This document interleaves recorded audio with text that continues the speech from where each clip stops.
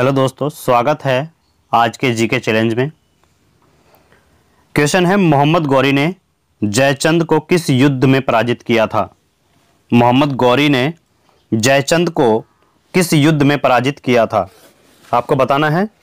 Option है आपके पास तराइन का प्रथम युद्ध, तराइन का द्वितीय युद्ध और चंदावर का युद्ध या फिर कन्नौज का युद्ध। ध्यान रखिएगा, यहाँ पर तराइन का सेकंड युद्ध है, सेकंड युद्ध। दूसरा तराइन का प्रथम युद्ध, तराइन का द्वितीय युद्ध, चंदावर का युद्ध या कन्नौज का युद्ध। तो बताइएगा ऑप्शन आपका कौन सा सही है। तो याद रखिएगा, मोहम्मद गौरी ने जयचंद को हराया था। ऑप्शन नंबर सी, चंदावर का युद्ध। ऑप्शन नंबर सी आपका करेक्ट आंसर हो जाएगा। नेक्स्ट है, निम्नलिखित में से कौन से संसद का स्थायी एवं उच्च सदन है। स्थायी एवं उच्च सदन है तो ऑप्शन है राज्यसभा, विधानसभा, लोकसभा या इनमें से कोई नहीं। तो आपको बताना है सही आंसर क्या होगा। निम्नलिखित में से संसद का स्थायी एवं उच्च सदन कौन सा है। तो यदि आप ऑप्शन नंबर लगा रहे हैं, ऑप्शन नंबर ए बिल्कुल सही है, राज्यसभा। राज्यसभा संसद का स्थायी एवं उच्च सदन है। नेक्स्ट है, निम्नलिखित में से किसने अमृतसर की नींव रखी। निम्नलिखित में से किसने अमृतसर की नींव रखी। ऑप्शन है गुरु रामदास, गुरु अर्जुन देव, गुरु गोविंद, गुरुदास। तो बताइएगा स्टूडेंट्स, निम्नलिखित में से किसने अमृतसर की नींव रखी। तो ऑप्शन आपका सही हो जाएगा गुरु रामदास। ऑप्शन नंबर ए आपका बिल्कुल करेक्ट आंसर है, अमृतसर की नींव रखी थी गुरु रामदास ने। नेक्स्ट है, किस मुगल सम्राट ने तंबाकू के प्रयोग को निषिद्ध किया। किस मुगल सम्राट ने तंबाकू के प्रयोग को निषिद्ध किया। बाबर, मोहम्मद शाह, औरंगजेब, जहांगीर। तो आपको बताना है इस क्वेश्चन का सही आंसर क्या होगा। तो याद रखिएगा, मुगल सम्राट ने तंबाकू के प्रयोग को निषिद्ध किया तो वह कौन सम्राट था। वह था जहांगीर, और जहांगीर दिया हुआ है आपका ऑप्शन नंबर डी में। तो ऑप्शन नंबर डी आपका बिल्कुल करेक्ट आंसर है। नेक्स्ट है, भारतीय संविधान का कौन सा अनुच्छेद ग्राम पंचायतों का विशेष उल्लेख करता है। भारतीय संविधान का कौन सा अनुच्छेद ग्राम पंचायतों का विशेष उल्लेख करता है। तो आपको बताना है आपका सही आंसर क्या होगा। भारतीय संविधान का कौन सा अनुच्छेद है जो ग्राम पंचायतों का विशेष उल्लेख करता है। ऑप्शन है 10, 20, 30 या 40वां अनुच्छेद। तो याद रखिएगा स्टूडेंट्स, जो भी इस क्वेश्चन को सही आंसर कर रहे हैं ऑप्शन नंबर डी, तो वे बिल्कुल करेक्ट हैं। ऑप्शन नंबर डी है 40। तो भारतीय संविधान का कौन सा अनुच्छेद ग्राम पंचायतों का विशेष उल्लेख करता है, तो वह है 40वां अनुच्छेद। ऑप्शन नंबर डी आपका करेक्ट आंसर है। नेक्स्ट है, चांद पर पहुंचने वाला प्रथम व्यक्ति कौन था। चांद पर पहुंचने वाला प्रथम व्यक्ति कौन था। ऑप्शन है Neil Armstrong, William Thomas, Edwin Aldrin या फिर इनमें से कोई नहीं। तो आपको बताना है सही ऑप्शन क्या होगा। क्वेश्चन है, ये जो चांद है उस पर पहला इंसान कौन था पहुंचने वाला, वो आपको बताना है। तो याद रखिएगा, जो नील आर्मस्ट्रांग है, नील आर्मस्ट्रांग, इनको माना जाता है चांद पर पहुंचने वाला पहला व्यक्ति। तो ऑप्शन नंबर ए आपका सही आंसर होगा, ऑप्शन नंबर ए। नेक्स्ट है, भारत में हीरे की खान कहाँ है। भारत में हीरे की खान कहाँ है। ऑप्शन है काशी, इलाहाबाद, पन्ना मध्य प्रदेश, मुंबई। आपको बताना है आपका सही आंसर क्या होगा। जल्दी से कमेंट कीजिएगा, जल्दी से बताइएगा कि इस क्वेश्चन का सही आंसर क्या है। भारत में हीरे की खान कहाँ पर स्थित है। तो याद रखिएगा, भारत में कोयले की खान है पन्ना मध्य प्रदेश में। ऑप्शन नंबर सी आपका करेक्ट आंसर हो जाएगा। नेक्स्ट है जलियांवाला बाग हत्याकांड कब हुआ। जलियांवाला बाग हत्याकांड कब हुआ ये आपको बताना है। 13 अप्रैल 1920, 13 अप्रैल 1919, 13 अप्रैल 1927, 13 अप्रैल 1947। तो याद रखिएगा स्टूडेंट्स, 13 अप्रैल तो फिक्स है, लेकिन जो इसमें सन है वो आपके बदले हुए हैं, 1920, 1919, 1927 और 1947। तो आपको याद रखना है कि जो 13 अप्रैल 1919 है ये वाला ऑप्शन आपका सही हो जाएगा। ऑप्शन नंबर बी, 13 अप्रैल 1919 को जलियांवाला बाग हत्याकांड हुआ था। चलिए नेक्स्ट है साइमन कमीशन भारत कब आया। साइमन कमीशन भारत कब आया, तो आपको याद रखना है, ऑप्शन आपको दिए गए हैं 1930 में, 1928 में, 1927 में या 1931 में। तो साइमन कमीशन भारत कब आया था। साइमन कमीशन भारत आया था 1928 में। याद रखिएगा 1928 में साइमन कमीशन भारत आया था। तो याद रखिएगा ऑप्शन नंबर बी को आप टिक करेंगे, ऑप्शन नंबर बी आपका सही आंसर होगा। नेक्स्ट है दिल्ली चलो का नारा किसने दिया था। दिल्ली चलो का नारा किसने दिया था। ऑप्शन है महात्मा गांधी, जवाहरलाल नेहरू, सुभाष चंद्र बोस और भगत सिंह। इन चारों में से वह कौन थे जिन्होंने दिल्ली चलो का नारा दिया था। तो याद रखिएगा दिल्ली चलो का नारा दिया था सुभाष चंद्र बोस और वह है सी ऑप्शन में। तो सी ऑप्शन आपका यहां पर बिल्कुल करेक्ट होगा। नेक्स्ट है हीराकुंड बांध किस राज्य में स्थित है। हीराकुंड बांध किस राज्य में स्थित है। ऑप्शन है कर्नाटक, असम, उड़ीसा, झारखंड। तो आपको बताना है कि कौन ऑप्शन इसमें है जो सही होगा। हीराकुंड बांध जो है वो किस राज्य में स्थित है। तो हीराकुंड बांध स्थित है उड़ीसा में। याद रखिएगा उड़ीसा, ऑप्शन नंबर सी आपका सही आंसर है। ऑप्शन नंबर सी आपका करेक्ट आंसर हो जाएगा। नेक्स्ट है धामी गोलीकांड कब हुआ था। धामी गोलीकांड कब हुआ था स्टूडेंट्स, इसको आपको बताना है।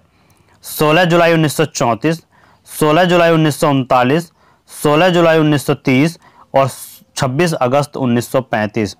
देखिए धामी गोलीकांड कब हुआ था ये आपको बताना है, इसका आंसर आपको देना है। तो स्टूडेंट्स याद रखिएगा कि धामी गोलीकांड जो हुआ था वो ऑप्शन नंबर बी में दिया गया है 16 जुलाई 1939। यही आंसर आपका सही होगा। 16 जुलाई 1939 में धामी गोलीकांड हुआ था। और याद रखिए 13 अप्रैल 1919 में जलियांवाला बाग हत्याकांड हुआ था। सौर ऊर्जा प्राप्त किससे होती है बताइएगा। सौर ऊर्जा किससे प्राप्त होती है। सूर्य से, चंद्रमा से, पृथ्वी से या बुध से। तो आपको सभी को ये पता भी होगा, इसमें ऐसा कुछ नहीं है कि क्वेश्चन में आप जो है यहाँ पर प्रॉब्लम हो आपको। सूर्य सौर ऊर्जा का सबसे बड़ा स्रोत है, ए ऑप्शन। नेक्स्ट है विद्युत बल्ब में भरी जाने वाली गैस कौन सी है। विद्युत बल्ब में भरी जाने वाली गैस कौन सी है। तो आपको बताना है विद्युत बल्ब में भरी जाने वाली गैस कौन सी है। ऑप्शन है हाइड्रोजन, नाइट्रोजन, कार्बन डाइऑक्साइड और हीलियम। ये चार ऑप्शन आपके पास हैं। आपको बताना है कि विद्युत बल्ब में भरी जाने वाली गैस कौन सी है। तो स्टूडेंट्स याद रखिएगा कि विद्युत बल्ब में जो गैस भरी जाती है तो वह गैस है option number B nitrogen. Nitrogen विद्युत बल्ब में भरी हुई गैस होती है और इसी को हम जो है टिक करेंगे। ऑप्शन नंबर बी आपका बिल्कुल करेक्ट आंसर होगा। नेक्स्ट है किस सेल को स्टैंडर्ड सेल कहते हैं। किस सेल को स्टैंडर्ड सेल कहते हैं। आपको बताना है किस सेल को स्टैंडर्ड सेल कहते हैं। Uranium cell, cadmium cell, alpha cell और बीटा सेल। तो वह कौन सा सेल है जिसे स्टैंडर्ड सेल कहते हैं। तो वह है cadmium cell. Option number B आपका सही आंसर है कैडमियम सेल। चलिए नेक्स्ट क्वेश्चन, सफेद क्रांति का संबंध किससे है। सफेद क्रांति का संबंध किससे है। दूध उत्पादन से, मत्स्य उत्पादन से, या ए और बी दोनों, या इनमें से कोई नहीं। आपको सही जवाब देना है स्टूडेंट, सही जवाब दीजिएगा कि सही जवाब इसका क्या होगा। सफेद क्रांति का संबंध किससे है? तो याद रखिएगा, सफेद क्रांति दुग्ध उत्पादन से संबंधित है। सफेद क्रांति दुग्ध उत्पादन से संबंधित है। तो यहाँ पर ऑप्शन नंबर ए आपका सही हो जाएगा, दुग्ध उत्पादन। नेक्स्ट है, सूर्य एक क्या है? सूर्य एक क्या है? एक उपग्रह, एक ग्रह, एक तारा, या कुछ नहीं। बताइएगा कि इनमें से कौन सा ऑप्शन सही होगा सूर्य के लिए, कि सूर्य एक क्या है। तो स्टूडेंट्स याद रखिएगा, सूर्य एक तारा है और ये दिया गया है ऑप्शन नंबर सी में। तो सूर्य क्या है? एक तारा है। ऑप्शन नंबर सी आपका बिल्कुल करेक्ट आंसर हो जाएगा, याद रखिएगा। नेक्स्ट है, झूमर कहाँ का लोक नृत्य है? झूमर कहाँ का लोक नृत्य है? याद रखिएगा, ये एक बहुत ज्यादा क्वेश्चन पूछा जा रहा है आजकल एग्जाम में। झूमर कौन सा नृत्य है और कहाँ का है? तो याद रखिएगा, बिहार, पंजाब, झारखंड, इलाहाबाद, ये आपको ऐसे 4 ऑप्शन मिल जाएंगे और इन 4 ऑप्शन में से आपका आंसर होगा ए, बिहार। तो झूमर जो है वो बिहार का, सॉरी बिहार नहीं, पंजाब होगा। पंजाब है, ये बी ऑप्शन सही हो जाएगा। झूमर पंजाब का लोक नृत्य है, याद रखिएगा। झूमर पंजाब का लोक नृत्य है, इसको आप याद रखिएगा। ए ऑप्शन आपका सही हो जाएगा, बी ऑप्शन पंजाब। ठीक है, पंजाब आपका सही आंसर होगा, याद रखिएगा, पंजाब। एक आइस हॉकी में कितने खिलाड़ी होते हैं? ये आपको बताना है। ऑप्शन है आपके पास 6, 5, 3, 2। जल्दी से बताइएगा, एक आइस हॉकी टीम में कितने खिलाड़ी होते हैं? तो स्टूडेंट्स याद रखिएगा, एक आइस हॉकी टीम है तो उसमें खिलाड़ी होंगे 6। तो ऑप्शन ए में 6 दिया हुआ है, ऑप्शन ए आपका सही आंसर हो जाएगा, 6। नेक्स्ट है, मार्टिल शहर किस देश में स्थित है? मार्टिल शहर किस देश में स्थित है? ऑप्शन है अफगान, सऊदी अरब, मोरक्को, या ईरान। इनमें से कौन सा सही होगा जो मार्टिल शहर के लिए देश माना जाता है? तो मार्टिल शहर स्थित है मोरक्को में। ऑप्शन नंबर सी सही हो जाएगा, मार्टिल शहर मोरक्को में स्थित है, मोरक्को, याद रखिएगा। नेक्स्ट है, घरेलू लॉन्ग हेयर क्या है? घरेलू लॉन्ग हेयर क्या है? तो आपको बताना है। ऑप्शन है कुत्ता, बिल्ली, गाय, भैंस। इन चारों में से सही आंसर क्या होगा जो घरेलू लॉन्ग हेयर कहलाती है?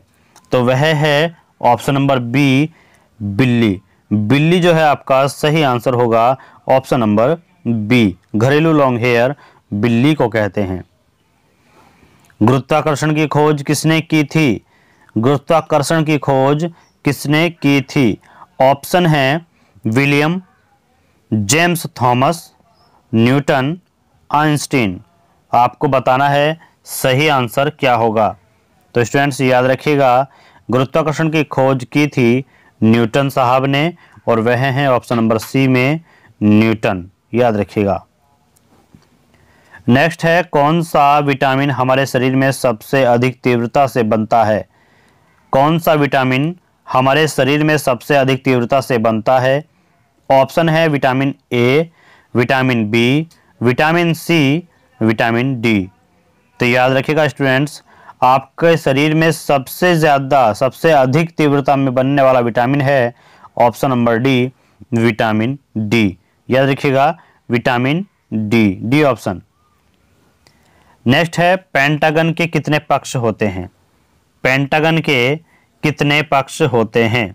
तो याद रखिए, पेंटागन में कितने पक्ष होते हैं? ऑप्शन है 5, 10, 15, 20। तो याद रखिएगा, पेंटागन, पेंटा का मतलब ही होता है 5 से रिलेटेड। ठीक है, तो पेंटागन जो हो जाएगा यानी कि 5 भुजाओं वाला कहलाता है। तो ये हो गया 5। इग्नाइटेड माइंड्स पुस्तक के लेखक कौन है? इग्नाइटेड माइंड पुस्तक के लेखक कौन है, यह आपको बताना है। तो ऑप्शन है आपके पास रामानुजन, डॉक्टर एपीजे अब्दुल कलाम, सीवी रमन या इनमें से कोई नहीं। तो आपको बताना होगा इग्नाइटेड माइंड्स पुस्तक के लेखक कौन है। जल्दी से कमेंट कीजिएगा और बताइएगा इसका आंसर, सही आंसर क्या होगा, कौन सा ऑप्शन में आप लगाएंगे। तो स्टूडेंट्स याद रखिएगा, ये क्वेश्चन आपका कभी गलत नहीं होना चाहिए। Doctor APJ Abdul Kalam ignited minds पुस्तक के लेखक हैं। ऑप्शन नंबर बी आपका बिल्कुल सही होगा। Option number B, doctor APJ Abdul Kalam ignited minds पुस्तक के लेखक कहलाते हैं। तो स्टूडेंट्स ये थे आज के कुछ क्वेश्चंस जो आपके परीक्षा के लिए उपयोगी हैं। अगर आपको और भी वीडियोस चाहिए हों हमारे जीके क्वेश्चन की और अच्छे क्वेश्चन परीक्षा में आने वाले क्वेश्चन जो हैं वो आपके सभी यहाँ पर मिलते रहेंगे। बस इसी तरीके से अपना प्यार दिखाते रहिएगा और चैनल को सब्सक्राइब जरूर कर लें। आपसे रिक्वेस्ट है चैनल को सब्सक्राइब करें और वीडियो को ज़्यादा से ज़्यादा शेयर करें जिससे कि सभी में यह वीडियो जा सके। Thank you, thanks for watching. मिलते हैं नेक्स्ट वीडियो में।